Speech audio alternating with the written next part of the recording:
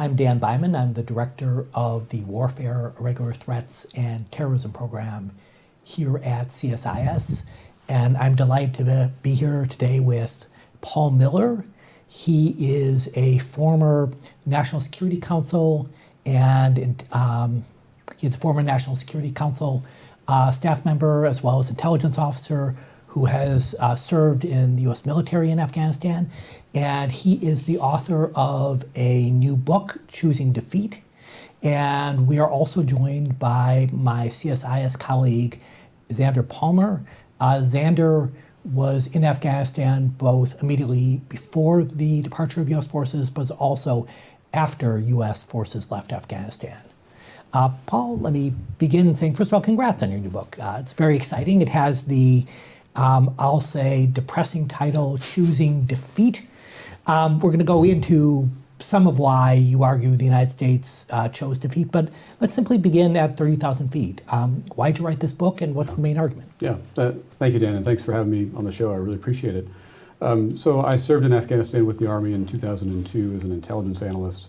I was an intelligence analyst with the CIA for a number of years, sitting on the Afghanistan desk, and then, as you mentioned, I was the director for Afghanistan and Pakistan on the NSC staff under Bush and Obama. So that's about 10 years of my career just working on the war in Afghanistan, and then when I went into academia, I continued to study it and focus on it. And so this is the fruit of almost a quarter century of experience and reflection on this war. And I wrote it out of a sense of great responsibility that I sort of had to get out there my reflections on it, but it's not a memoir, it's a scholarly reflection reconstructing the debates that led to our policy decisions in Afghanistan. Because if we don't learn anything from this, then it really will have been a waste, and that we can't afford that. We need to learn something from this failure so that we don't do something similar in the future. So I like that it's organized around debates. I think that's useful, at least for me, to kind of think through both some of the problems, but especially the decision points. I'd like to start with an early decision point, which is the question of the United States has gone to Afghanistan. It looks like we've won, right? And I would have told you wrongly in 2002, hey, we got this. Yeah. And the Taliban, different Afghan actors, are at least, there are reports that they've considered suing for peace. Can you go through the debate about how the United States handled the Taliban early on, and then how this changed, and where you feel there were key decision points? Yeah, there's a number of key decisions made in 2001, 2, and 3, up to 2005, about what our relationship with the Taliban would be. And by the way, just to say, you're right to characterize this book as about White House decision-making. It's not a comprehensive history of the war, it is rather a history of American decision-making about the war. That's the nature of the book. In 2001, the Bush administration did make a brief effort to reach out to the Taliban to see if the war might be narrowly targeted against al-Qaeda and not the Taliban. And there's evidence of that in September, October, November of 2001. The Taliban rejected those overtures. I go into quite some depth about some of the meetings and ins and outs on that. And so the Bush administration conflated the two and said, okay, we have to go to war against the Taliban and al-Qaeda together. I think that actually made sense in 2001. 2002, after the Taliban have fallen from power, but before the insurgency starts, 2002 and 3, there's a sense in the Bush administration that the Taliban are gone, and they're just not a problem. We don't have to think about them. We're on the ground to find and kill terrorists and let the UN handle reconstruction and nation building. But President Karzai in Afghanistan, he seems to be aware that there's an enduring problem with Taliban leftovers, and he ends up giving a speech in spring of 2003 calling for reconciliation and even amnesty, asking the Taliban to come in, because I think Karzai recognizes pretty early on this could become a problem if it's left unaddressed. And it unfortunately was unaddressed. The Bush administration was not in the mood to talk about moderation, amnesty, bringing them in, reconciliation, not in 2002 and 3 and 4. It's not until 2005 the Bush administration inaugurates with the Afghan government a reconciliation program, by which time it's kind of too late and the program is a little too rigid, and it's not really the kind of program needed to reconcile with the Taliban. So I think we did miss a window of opportunity. Jim Dobbins told me this when I interviewed him for the book. There was a window of opportunity, not in 2001, but in 2002, 3, 4, when we might have reached out to the Taliban earlier on than we did to peel off from that movement and weaken them before the insurgency started. So let me ask you on a point you just raised, which is you note that the Bush administration early on conflates al-Qaeda and the Taliban. Yeah. Is this conflation, in a way, how catastrophic is it? How big a deal? What I'm really, I guess, asking is, after the initial defeat of al-Qaeda, how strong should the counterterrorism argument have been? Yeah. This is a really important question, and I for all these questions I kind of have to answer in time periods, right? Mm-hmm. So I just would stress again, in 2001, I think it was inevitable. Bush administration tried. They tried to reach out to the Taliban. They said no. Some historians disagree on that, but again, I try to go into depth to explain why I think the Bush administration did the right thing. Conflation made sense.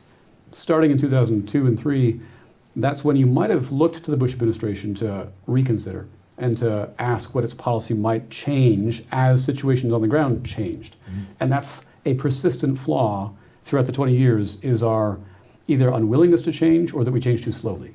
And that's true for all the things we'll talk about likely. So was it catastrophic? It eventually proved to be quite damaging to the American intervention there, because in my view, it was important to defeat the Taliban in order to defeat al-Qaeda, but you needed a different kind of strategy. Defeating the Taliban didn't have to mean killing all the Taliban. Mm-hmm. You could defeat the Taliban by splitting them politically, by co-opting some through a reconciliation program, by incorporating some of them selectively into the government. That might have been a way to defang the Taliban and prevent them from their goal of overthrowing the Afghan government. And that's what we should have done, which meant there should have been some kind of outreach, some kind of program or reconciliation early on. With al-Qaeda, of course, there was never that opportunity. I will say this, just to be very fair, the Taliban also proved to be very inflexible. Mm-hmm. They did not denounce al-Qaeda, they didn't sever ties, they didn't respond to the reconciliation program in 2005 in large numbers. So to be even-handed, the Bush administration could have been a bit more, open-handed about this. I don't know that the Taliban would have responded in kind.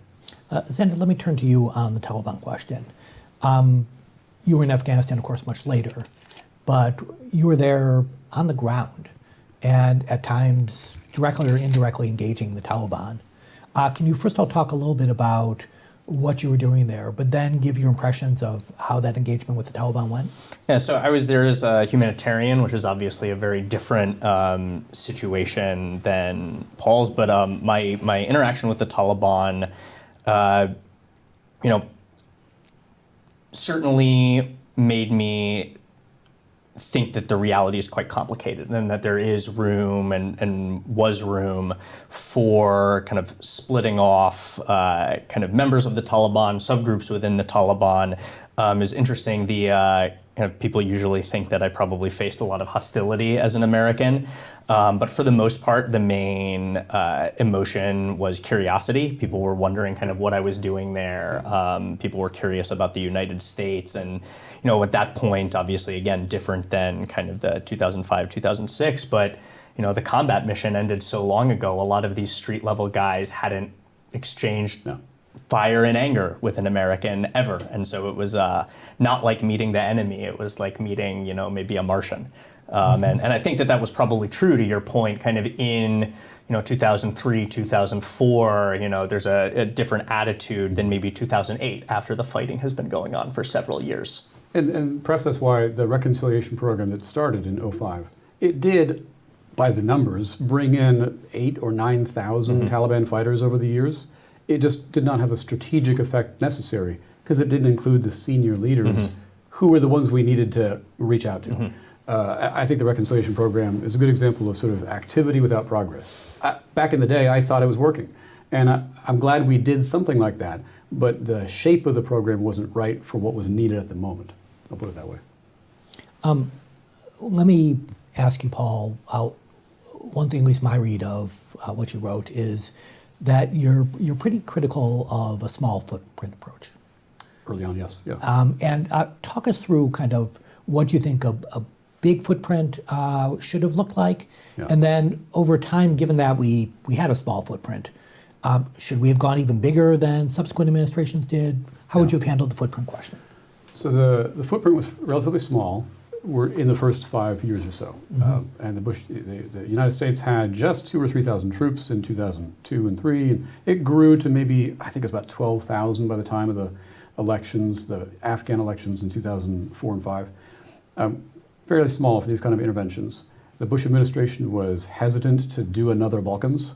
The Balkans were pretty unpopular in Republican circles back then. The United Nations was also hesitant. They didn't want to take on too much responsibility or be on the blame line. They were kind of burnt by their experience in East Timor and Kosovo. And so there was a hesitance by everybody involved to not step in too much.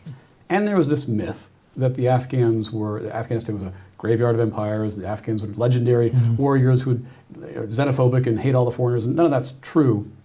But it fed into the sense that we're not going to do a huge footprint. And that, I think, is one of the reasons why we missed that window of opportunity in those first 5 years or so, when there was goodwill on the ground, when there was a receptivity by the Afghans to welcome help by the international community. The corruption of later years had not yet taken hold. The Afghan government wasn't yet a kleptocracy. So I think that we could have and should have had a larger security footprint to just have basic order in the countryside. Some of the big cities, maybe some of the key districts in the rural areas, but also a bigger reconstruction footprint. There was a donor conference in January '02, but maybe a communication by President Bush himself. He gave a speech in April 2002 at VMI saying, we're going to do a Marshall Plan for Afghanistan. I like that, but back it up with some action. And we didn't. For years afterwards, we didn't actually do anything to have a Marshall Plan for Afghanistan. So I'd like to have seen a large upfront commitment to Afghanistan's generational security and prosperity.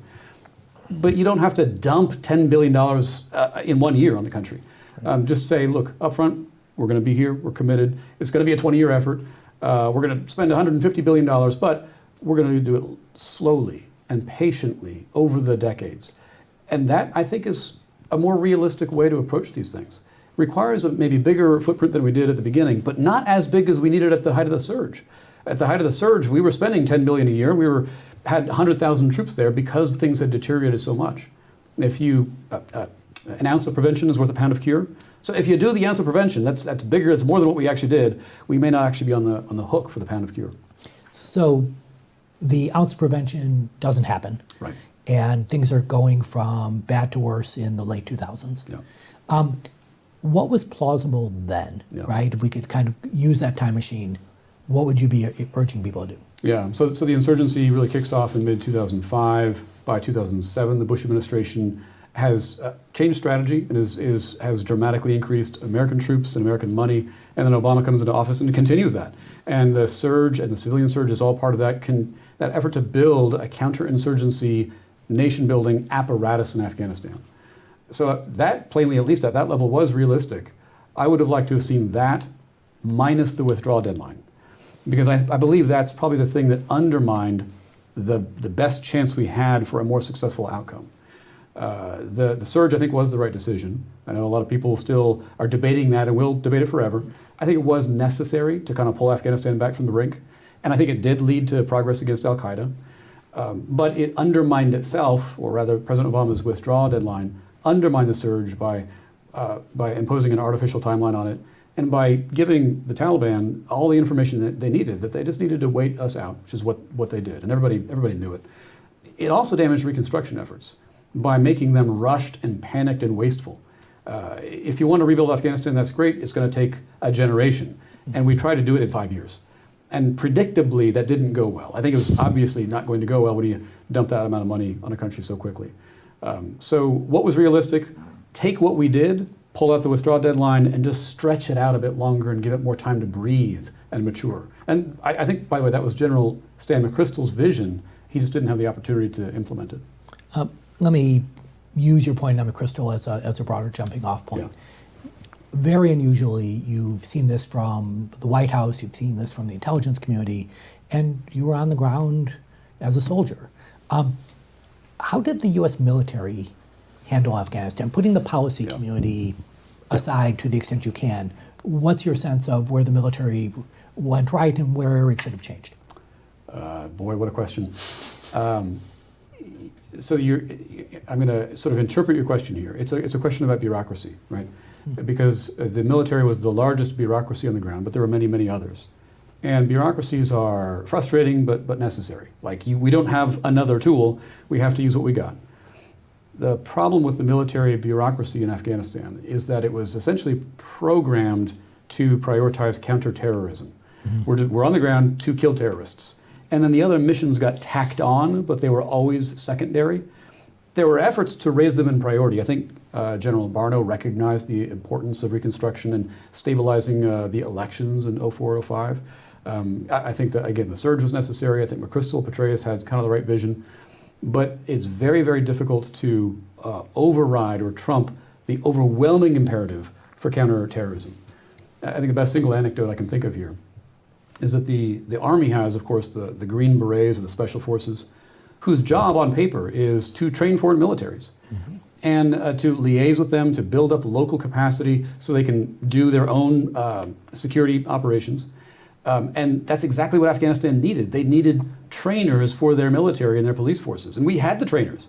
And instead, the Green Berets got seconded to counterterrorism operations. And they just spent their time kicking down doors and doing night raids and putting bullets into bodies, always prioritizing counterterrorism. I think it's the best single vignette that illustrates the problem with the military bureaucracy in Afghanistan. Right off. So let's fast forward to kind of near the end of the American era. The Biden administration comes into office. Again, what would you have urged if we could kind of go back in time? Would it be a full withdrawal, just frankly do a little better? Something more conditional? Or really reinvestment and, kind of re-engaging in a very serious but protracted way? Yeah, so for skipping all the way to 21, to the final withdrawal, I think withdrawal was a mistake. I think the window had closed by that point for the more lofty ambitions of nation building, obviously. Sure. Kabul had turned into a kleptocracy, and there was much less goodwill on the ground towards the international presence. But all of those mistakes are fixable as long as you stay, and leaving is the one mistake you can't undo. Despite President Trump's desire to get Bagram back, I don't think we're going to get Bagram back. So having left, then everything fell apart. So I would have counseled staying, and Biden's own advisors were very divided on this. I think Blinken actually, if I have this right, changed his mind in the middle of the strategy review in 21. He went into the review thinking, let's get out, and he came out thinking, maybe we need to give this a bit more time. Right? So there was a widespread sense, and Lloyd Austin similarly thought we should try to hold on to Bagram or Kabul, that retaining a presence was insurance against terrorism. It was a way to keep the Taliban at bay, and it was a way to give space for the Afghans to maybe fix their own problems. Again, by that point, we weren't going to do much to fix that. And I think that would have been the more appropriate solution, which would also give us time to do the evacuation of the special immigrant visa applicants. I think one of the most damning things in this whole intervention is the manner in which we left and the manner in which we abandoned the Afghan allies. I think it's a disgrace to the United States. It's also a strategic blow to us because it makes other allies less willing to trust us. If you're a Ukrainian on the ground, if you're a Syrian on the ground, a Taiwanese on the ground, I think maybe you're a little bit more cautious about trusting the U.S. because you saw what happened with the Afghan allies. And so I think that might be one of the ripple effects of the way the war ended. I want to come back to some of the kind of period between the final U.S. withdrawal and the surge. But before I do so, Xander, since you were on the ground at such a critical time, let me switch to your point of view. How did these kind of high-level U.S. decisions feel for those who are actually in the country? Yeah, so the book obviously doesn't cover it for kind of reasons you've made clear, but the parts where you talk about the effect it had on the ground very much ring true to me, right? The sense of kind of confusion and chaos, and no one quite understood why the decisions were being made the way that they were being made. The sort of rumor mill got really spinning after Doha, that the U.S. government had made some deal with the Taliban to hand over the country to them. So that was a common narrative that I heard. But kind of two other things stand out that you allude to in the book. One is kind of the faith that a lot of Afghans had that kind of the U.S. presence made things better. And then the sort of sense of disbelief that the U.S. would really leave them. Yeah. Yeah. Let me go back a little bit to what Xander mentioned with regard to Doha and negotiations in general. As negotiations start to spin up, my understanding at least is we start to see them in later Obama, and then we see them accelerate, perhaps, if we want to use that word, under Trump 1. They seem to be kind of up and down, but never quite bearing fruit. Right. Both from a U.S. decision-making point of view and from what you understand about the Taliban. Yeah. What are the problems? Like, why couldn't we have had some deal where it's basically a more peaceful version of what eventually happened, but 5 or 10 years earlier? Yeah. Yeah, so to be clear, I now believe that some sort of negotiations would have been a necessary way to end this war regardless. And I've changed my mind on that. Back in 2009-10, I really was against the idea of negotiations, but it's only with later reflection that I think it's pretty plain that this is an appropriate route to, again, defang the Taliban, bring them in, split them from the reconcilables from the hardliners. Now, the right time to initiate negotiations would be at the peak of our influence and the peak of our military presence. So I think President Obama in December 2009 should have announced the surge and announced an olive branch, announced an invitation to the Taliban. We are surging our military force, and we'll meet you in Doha. And it's your choice, your choice to die on the battlefield or start talking terms. That would have been the right time, and again, without the withdrawal deadline. Instead, what happened is Obama waited about a year and a half, and then Secretary Hillary Clinton announced, actually I think right here, CSIS, Asia Society, a speech about the reconciliation efforts and the negotiations. And by that point, the United States was withdrawing. We'd already withdrawn 30,000 troops by the time she gave that speech.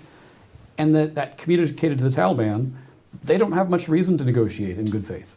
They're already getting their principal demand, which is our departure. And if they're already getting that, why sit down and talk in good faith? They sat down and they dragged things out, I think purposely so. We got a few things out of the negotiations. We got Bo Bergdahl back, and they got the Doha office open. And then much later, we got the Doha agreement and a piece of paper and a signature that proved not to be worth very much, because it was signed when there was only 2,500 troops left on the ground. About 8,000. Yeah. Another kind of, to me, problem loomed over the U.S. effort in Afghanistan, and that was Pakistan, Yeah. which we could never quite figure out. Is this, a vital ally in the struggle against al-Qaeda? Yeah. Is this, country that is basically repeatedly putting a knife Yeah. in America's back? Can you give your sense of both how the U.S. saw Pakistan, and then also, again, how should we have seen Pakistan? Oh boy, got another hour. So Pakistan was, I'd say probably even remains, an ally against al-Qaeda. Pakistan hates al-Qaeda, al-Qaeda hates Pakistan. Al-Qaeda tried to assassinate President Pervez Musharraf twice in 2003. So no love lost there. Pakistan created the Taliban back in 1994-95 and was very, I think, hesitant to turn against them. They seemed to have turned against them in some manner in 2001, 2, 3, but seemed to have plugged back in and given them some kind of deniable support. The details of that maybe will never be known. But it became increasingly obvious. By 2004, I concluded in my position then as an intelligence analyst that there was probably a conscious policy by the Pakistani state to give some form of support to the Taliban. The senior levels of the Bush administration, I think it was very difficult for them to cognitively appreciate that they were being played, that Pakistan was duping the United States, that they were lying to our faces. And I just don't think that ever really settled in at the highest levels of the Bush administration. The Obama administration, after Musharraf left office, the Obama administration believed that the civilian government in Islamabad would be partners with us. And I think that they were probably wrong about that. And then things deteriorated sharply with Pakistan from 2011 onward. President Trump was the only one who tried sticks in addition to carrots. Bush and Obama tried to give Pakistan a lot of aid, a lot of money, a lot of training, a lot of weapons, and they took it all and then did their own thing with it.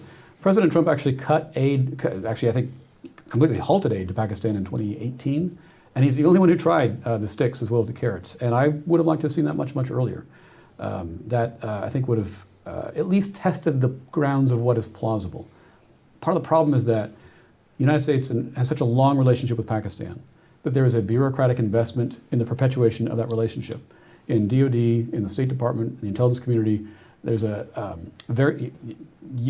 you will have an opportunity to learn to speak Punjabi and Urdu and go to Lahore and Islamabad and Karachi as an American Foreign Service officer and go to conferences and meet your counterparts.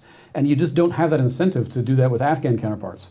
And so there's this bureaucratic investment in the Pakistan relationship, which makes us very hesitant to risk that relationship for the sake of the war in Afghanistan. I should have mentioned that we both teach at Georgetown University, and our Jesuit colleagues would talk about the value of reflection. Mm-hmm.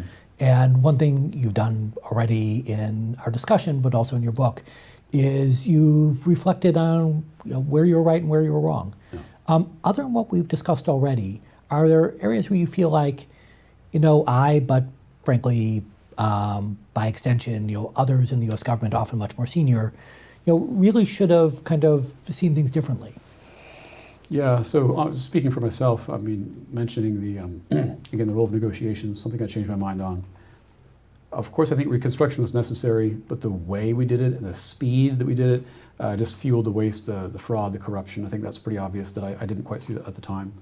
The reconciliation program was more activity without progress.